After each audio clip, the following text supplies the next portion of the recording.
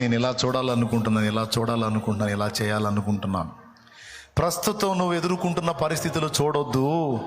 వీటి వెనక నేను నీకు ఇవ్వబోయే మహిమ ఉంది, దాన్ని చూడు.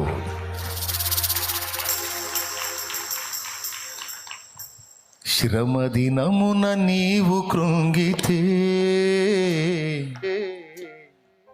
చేతకాక నిలిచిపోదు. శోధనలకు నీవు లొంగితే పనికిరాని పాత్రవౌదు. శ్రమ దినమున నీవు కృంగితే చేతగాక నిలిచిపోదు. శోధనలకు నీవు లొంగితే పనికిరాని పాత్రవౌదు. శ్రమను చూచి కలత నీవు చెందకు నేడు. శ్రమల వెనుక కలుగబోవు మహిమను చూడు.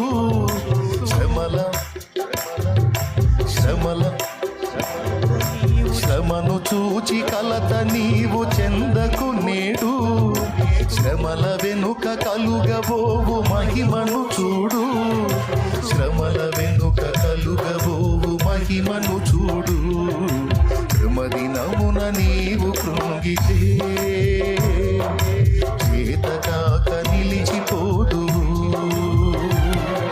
శోధనలకు నీవు లొంగితే పనికిరాని పాత్రవౌదు.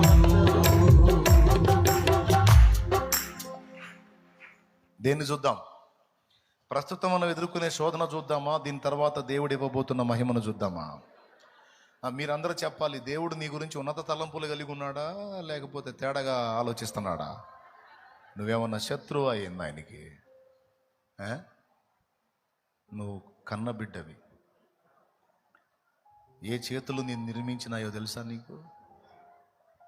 ఆ చేతులే, ఆయన చేతులే నిన్ను నిర్మించినాయి, నన్ను నిర్మించినాయి. అద్దం ముందు నిలబడ్డప్పుడు నన్ను నేను చూసుకున్నప్పుడు నేను దేవుడినే గుర్తు చేసుకుంటాను. ఈ రూపము నేను ఇలా ఉండాలని నువ్వు అనుకొని నువ్వు ఇచ్చిన రూపం కదా దేవా. అయితే ఇలా ఉండాలనుకున్నావా? నేను ఇది నీ తలంపా అని ఆయన్నే గుర్తు చేసుకుంటాను. కాబట్టి సోదరులారా చెప్పండి, మనం శాపగ్రస్తులుగా ఉండాలని దేవుడు ఊహిస్తున్నాడా?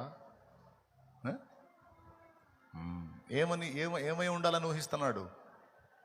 ఆశీర్వదించబడాలని ఊహిస్తున్నాడు. అసలు దేవుడు